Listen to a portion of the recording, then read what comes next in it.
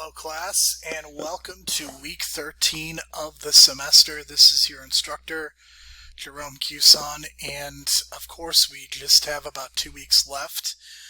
Really, a lot of the focus for the rest of this semester is going to be on the autoethnography. You have a first draft due at the end of this week, and then you will have the final draft due just 9 days later.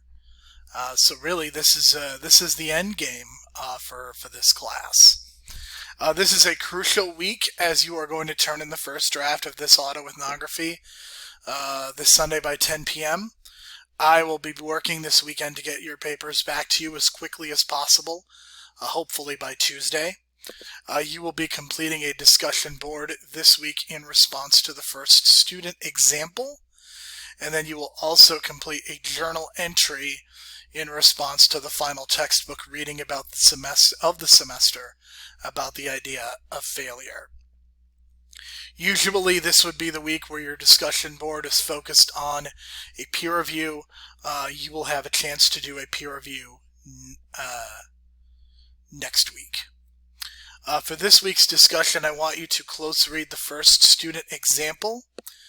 Using the rubric as a guide, I want you to make a list of 3 positives and 3 things that the student could have worked on. Even those that could be considered in a paper, there are always things that can be improved upon. This will be a good exercise as you prepare your own essay. We've done this previously for both the literacy narrative and the discourse community analysis. You are going to do the same thing for this paper. I do want you to be as specific as possible and try to get close to the usual 200 to 250 word count.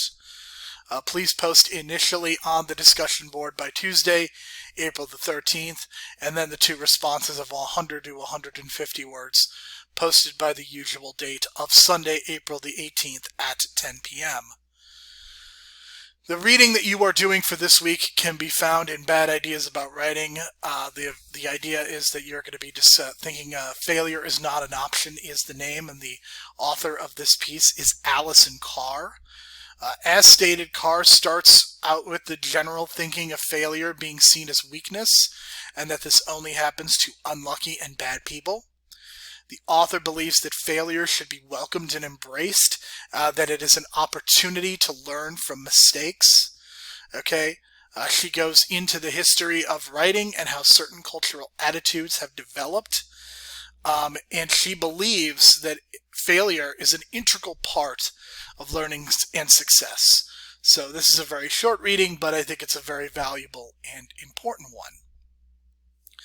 The journal entry that you are doing for this week specifically relates to failure is not an option, so you need to make sure you complete this reading. What are the benefits to failure according to Carr? Consider a time when you have failed in your life and why it ultimately benefited you.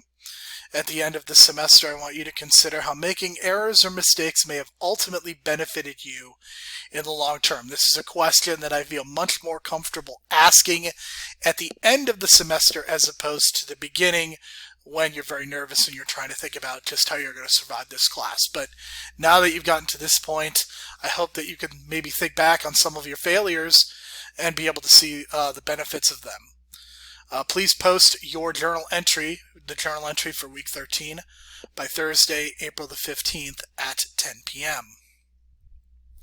The final assignment that is due for the week is the autoethnographic essay. There is a digital space to upload this first draft. The due date is Sunday, April the 18th at 10 p.m.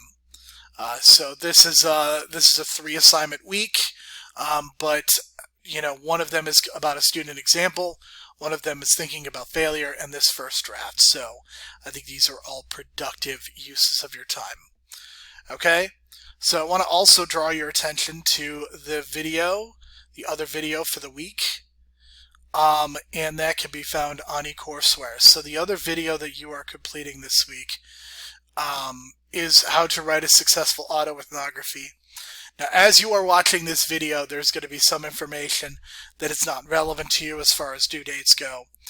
but this is a video that I made last fall that I think is still extremely relevant at this point, and I would really like for you to watch it and get some insight as to how to best create a successful autoethnography. The other thing that I've done is, of course, you could see the autoethnography rubric, as well as how to correctly cite your readings. The citations are not mandatory for this draft, but you absolutely need to make sure you have them for the final draft. So that is why I posted this link to the Purdue OWL, and that you will be able to do this. Okay? So that is really it for this week. I hope that it's a good one. Please let me know if you have any problems or questions or any issues. As always, be safe and be well.